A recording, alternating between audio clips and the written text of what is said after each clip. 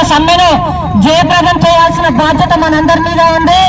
ప్రభుత్వ సంస్థలన్నీ ప్రైవేటుకు వేలం పాటకు పెట్టేస్తున్న పరిస్థితి ఉంది. రాను రాను భవిష్యత్తులో ప్రభుత్వ సంస్థలన్నీ కరుమరుగైపోయి మొత్తం ప్రైవేటుకు అప్పచెప్పే పరిస్థితి ఉంది. కాంట్రాక్టు కార్మికుల సమస్య కూడా చాలా విపరీతంగా ఉంది. కాంట్రాక్టు కార్మికులకి ఇప్పటికీ సెలవులు పూర్తి స్థాయిలో మంజూరు అవ్వట్లేదు.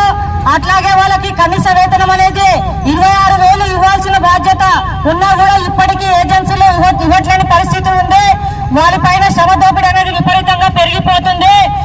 కేంద్ర ప్రభుత్వం చేసిన నిర్ణయంలో భాగంగానే రాష్ట్ర ప్రభుత్వము 282 జీవోని 10 గంటల పెంపును తీసుకొని రావడము, 29 చట్టాలని మొత్తానికి తుంగలో తొక్కేసి 4 లేబర్ కోడ్లను తీసుకురావడం అనేది చాలా దారుణము.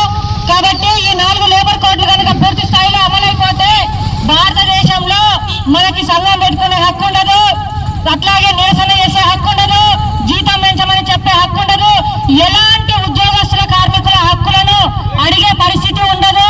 కాబట్టి కేంద్ర కార్మిక వ్యతిరేక విధానాలను అవలంబిస్తున్న కేంద్ర ప్రభుత్వం కానీ రాష్ట్ర ప్రభుత్వం విధానాలను మనం ఖండించాలి. అట్లాగే జూలై 9న జరిగే దేశవ్యాప్త సార్వత్రిక సమ్మెను జయప్రదం చేయాలి. మనమందరము ఆ రకంగా కలిసికట్టుగా ఐక్యంగా ఇక్కడ ఉన్న 2 CITU BRT యూనియన్లు కలిసి బలంగా రేపు జరగబోయే సమ్మెను జయప్రదం చేస్తారని తెలియజేస్తూ నాకు ఈ అవకాశం ఇచ్చిన మీ అందరికీ ధన్యవాదాలు. జిందాబాద్ CITU, జిందాబాద్ CITU.